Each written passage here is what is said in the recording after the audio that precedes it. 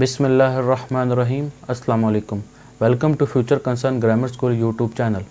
Today we will have to discuss about the heart structures and its different components. आज हम heart के internal structures के बारे में पढ़ेंगे. As you know that human heart is consists of 4 chamber. Human heart 4 chambers पे मुश्तमिल होता है. इसका काम क्या होता है? ये बेसिकली ब्लड को पूरी बॉडी में सर्कुलेट करता है या पंप करता है.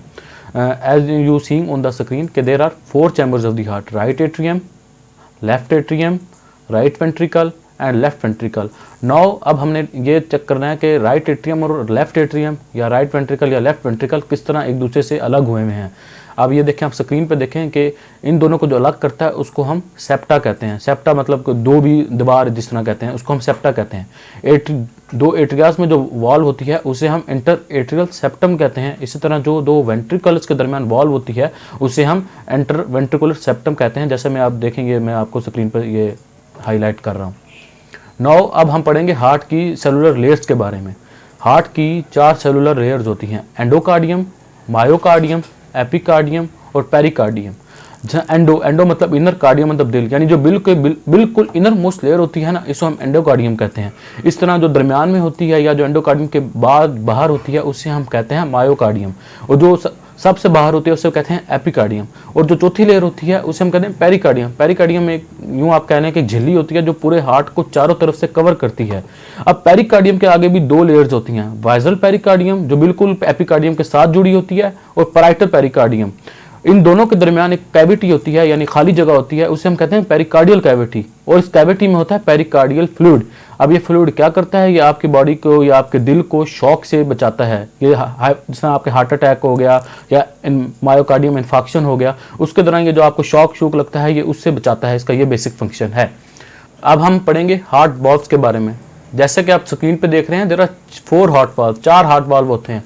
ट्राइकस्पिड वाल्व होता है, पल्मोनरी वाल्व होता है, माइट्रल वाल्व होता है, एओर्टिक वाल्व होता है. अब हम डिस्कस करेंगे ट्राइकस्पिड वाल्व.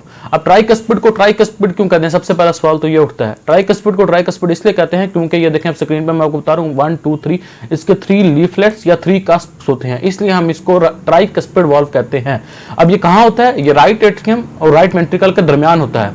पल्मोनरी वाल्व, अब पल्मोनरी वाल्व का पल्मन का मतलब होता है लंग्स यानी फेफड़े. ये कहाँ पे होता है? इसको राइट वेंट्रिकल और पल्मोनरी आर्टरी के दरमियान जो होता है उसे हम पल्मोनरी वाल्व कहते हैं.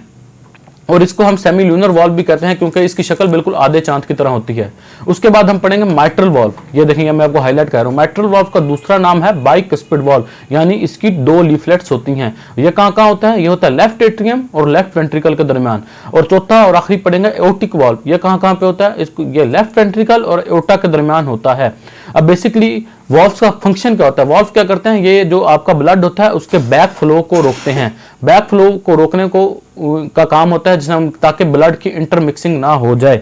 अब हम पढ़ेंगे function of the heart.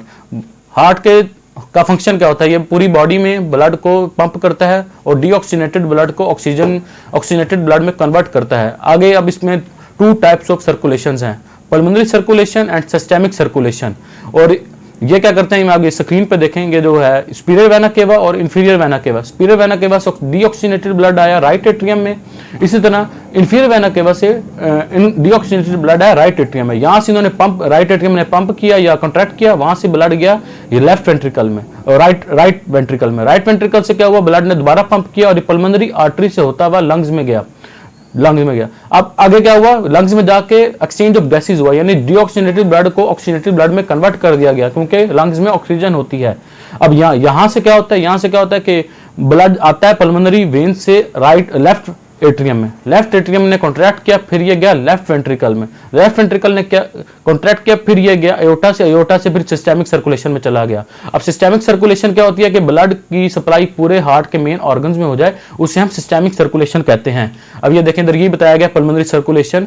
Pulmonary circulation begin eight right ventricle, right ventricle से शुरू होती है, वहां से डीऑक्सीनेटेड ब्लड दोबारा पंप होता है, राइट वेंट्रिकल में आता है, वहां से पल्मोनरी आर्टरी में जाता है, पल्मोनरी आर्टरी से लंग्स में जाता है, वहां से डीऑक्सीनेशन से ऑक्सीजनेटेड ब्लड में कन्वर्ट होता है और बकाया वापस पल्मोनरी वेन से लेफ्ट एट्रियम में आ जाता है.